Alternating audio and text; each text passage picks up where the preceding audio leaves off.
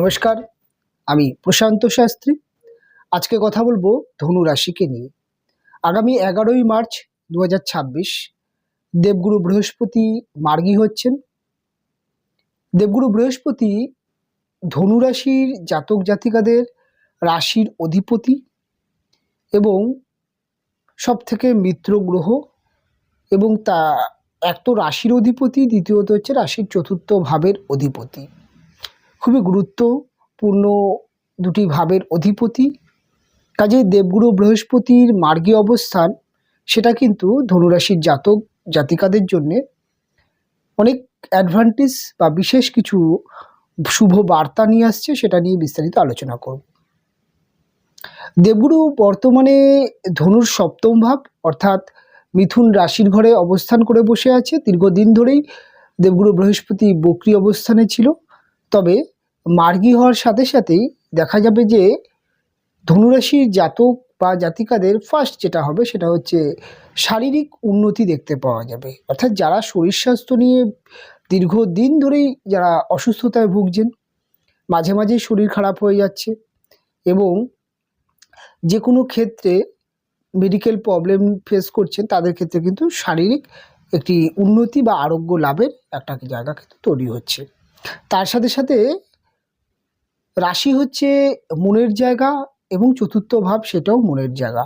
কাজেই মনের যেই অস্থিরতা সেটা কিন্তু অনেকটা কমবে, মাইন্ড কন্ট্রোল হতে দেখতে পাওয়া যাবে এবং তার সাথে সাথে দেখতে পাওয়া যাবে যে কোনো কাজের ক্ষেত্রে বা যে কোনো কিছুর ক্ষেত্রে ডিসিশন নেওয়ার যেই ক্ষমতা সেটা ধনুর মধ্যে অনেকটা বাড়তে দেখতে পাওয়া যাবে।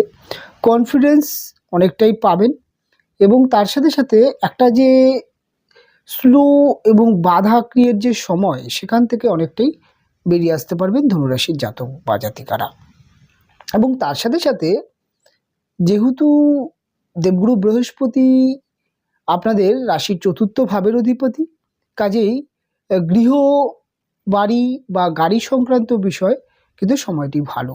অর্থাৎ আপনার পারিবারিক রিলেশনের মধ্যে বন্ডিং তৈরি হবে এবং মায়ের সাথে আপনার বন্ডিং ভালো হবে, মায়ের হেলথ ভালো হতে দেখতে পাওয়া যাবে এবং তার সাথে সাথে আপনার একটি নতুন বাড়ি বা নতুন গাড়ির যোগ যদি কিনতে চাইছেন, তার ক্ষেত্রে কিন্তু আপনার ভাগ্য বা গ্রহ সহায়ক হবে, এটা কিন্তু দেখতে পাওয়া যাবে ধনুর ক্ষেত্রে।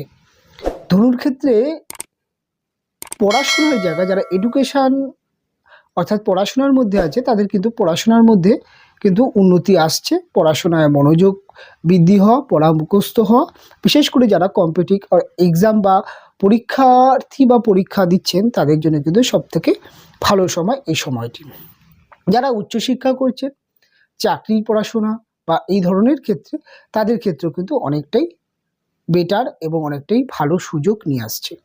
দেখুন, দেবগুরু বৃহস্পতি আপনাদের সপ্তমভাবে বসে প্রথম দৃষ্টি পড়বে, অর্থাৎ পঞ্চম দৃষ্টি দিচ্ছে আপনাদের রাশির একাদশভাবে। সফলতার ঘরে মার্গী বৃহস্পতির দৃষ্টি সেটা কিন্তু সফলতাকে ইন্ডিকেট করে বা সফলতাটাকে অনেকটা বাড়িয়ে দেয় আপনার কাজের ক্ষেত্রে, আপনার ব্যবসার ক্ষেত্রে এবং আপনার বলা যেতে পারে যে কোনো কিছুর ক্ষেত্রে সফলতা বৃদ্ধি পেতে দেখতে পাওয়া যাবে। অর্থাৎ পরিশ্রম আগে যেমন হচ্ছিল যে অনেক বৃহৎ পরিশ্রম করে সফলতা হয়তো কিঞ্চিত আসছিল, সেখানে কিন্তু কিছুটা হলেও ভাগ্য বা সফলতা বা ভাগ্যের সাপোর্ট আপনি পাবেন এই সময়। নতুন চাকরির যোগ বা চাকরি প্রাপ্তি যোগ বা চাকরি ইন্টারভিউতে জয়লাভ, খেলাধুলা বা যে কোনো জায়গায় কিন্তু একটা ভাগ্যের সাপোর্ট এই সময় ধনুকে দেখতে পাওয়া যাবে।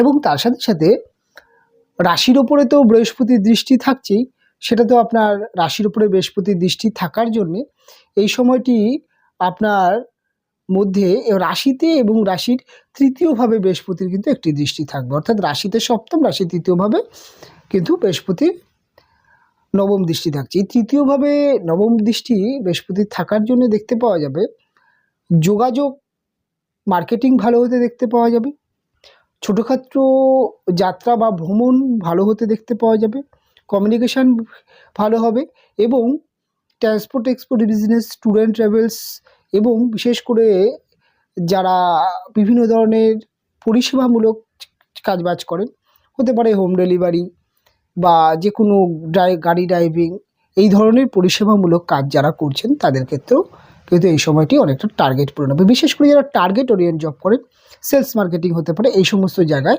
যথেষ্ট কিন্তু ভালো একটি জায়গা আনছে। সপ্তমভাবে বৃহস্পতি বসে থাকা মানে হচ্ছে, সপ্তম হচ্ছে আমাদের বিজনেস ভাব বা ব্যবসার জায়গা। বিশেষ করে যারা ব্যবসায়িক আছেন, যারা ব্যবসা করছেন, ছোটোখাটো ব্যবসা, গৃহপালিত ব্যবসা, যে কুটির শিল্পগুলো আছে, এবং যে কোনো বিজনেসের ক্ষেত্রে দেখা যাবে এই সময় কিন্তু ব্যবসার মধ্যে একটা স্থিতিশীলতা ফিরে আসতে দেখতে পাওয়া যাবে।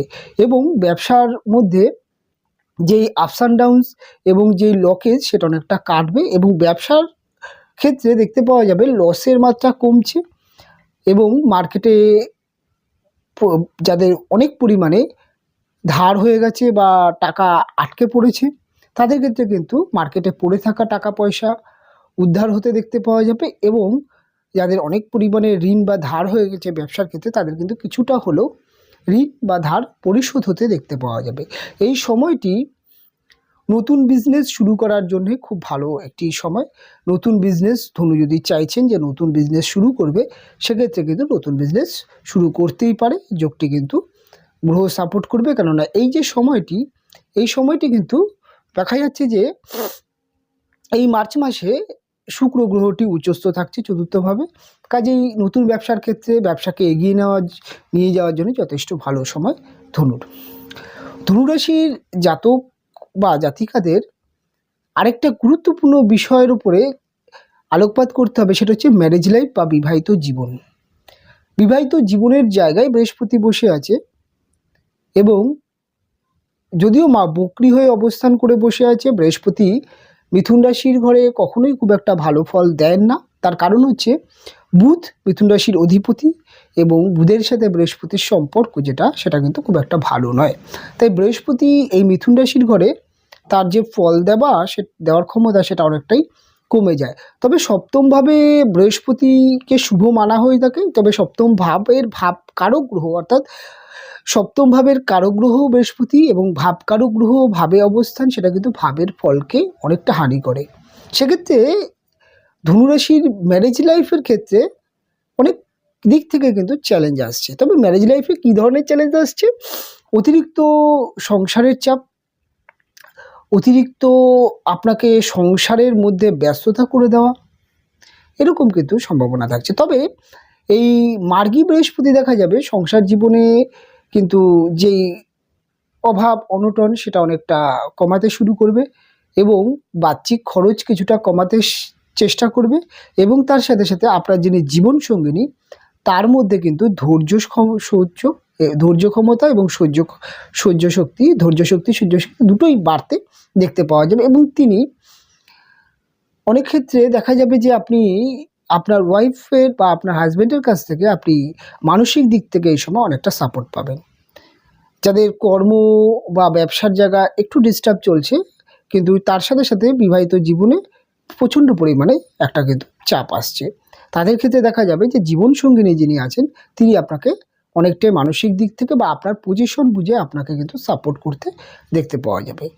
এবং আপনার যদি জীবনসঙ্গিনী অর্থাৎ আপনার ওয়াইফ যদি কোনো ব্যবসা বা কোনো কাজের সাথে যুক্ত থাকেন, তার কর্ম কেরিয়ার কিন্তু এ সময় উন্নতি দেখতে পাওয়া যাবে, এবং তার পার্সোনাল জীবনেও কোনো না কোনো ডেভেলপমেন্ট, তিনি যদি দীর্ঘদিন ধরে কোনো কিছু বা কোনো বিষয় নিয়ে চেষ্টা করছেন, এই সময় তার কেরিয়ারেও সাকসেস আসতে দেখতে পাওয়া যাবে।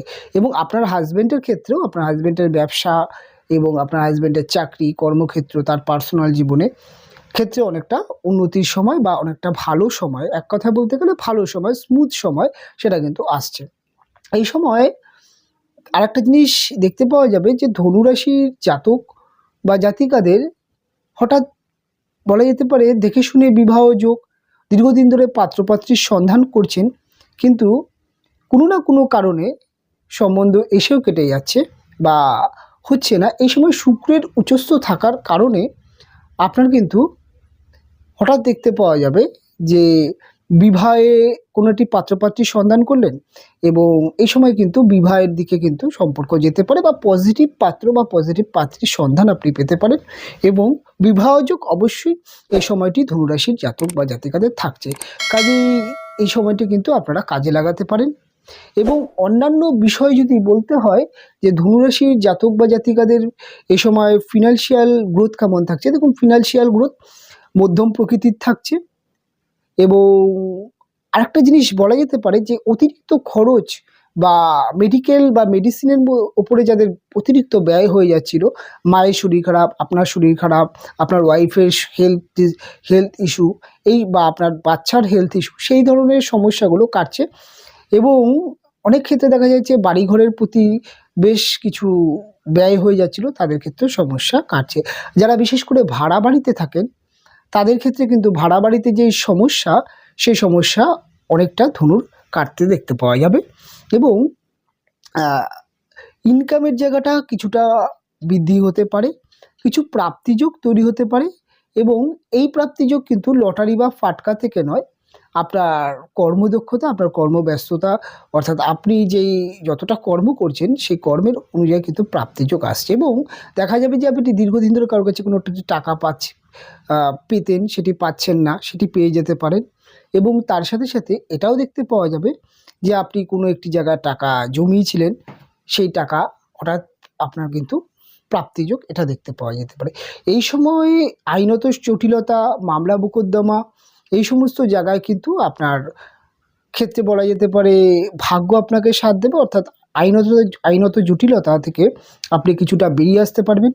এবং এই সময়টি পারিবারিক বন্ডিং এবং বিবাহিত জীবনের যে বন্ডিং সেটা অনেকটা ভালো থাকবে। প্রেম বা ভালোবাসার জায়গায় এই সময়টি ধনুর কেমন থাকবে? ধনুরাশির প্রেম ভালোবাসার জায়গায় এই সময় ব্যালেন্স থাকবে এবং খারাপ প্রেম বা রিলেশনের জায়গাগুলো অনেকটা কমতে দেখতে পাওয়া যাবে। নতুন প্রেম বা প্রেমের যোগ এই সময় ধনুর তৈরি হতে পারে এবং তার সাথে সাথে দেখা যেতে পারে প্রেম থেকে বিবাহ যোগ সেটাও ধনুর তৈরি হচ্ছে। কাজেই অনেক দিক থেকে কিন্তু সাপোর্ট দিচ্ছে। তবে সব রকমভাবে ধনুর ক্ষেত্রে বলার চেষ্টা করলাম সময়টি কেমন কাটবে এবং কতটা ভালো কাটবে, কেননা 2রা জুন দেবগুরু বৃহস্পতি যখন উচ্চস্থ হবে তখন কিন্তু সময়টা আরও ভালো বা অনুকূল আসবে। সেটা নিয়ে পরবর্তী ক্ষেত্রে সেপারেশনভাবে অনুষ্ঠান দেব। আজকের অনুষ্ঠান আমি এখানেই শেষ করছি। ফিরে আসবো পরবর্তী লগ্ন বা পরবর্তী রাশির অনুষ্ঠানটি। আপনারা ভালো থাকবেন, সুস্থ থাকবেন, দেখা হবে পরবর্তী অনুষ্ঠানে।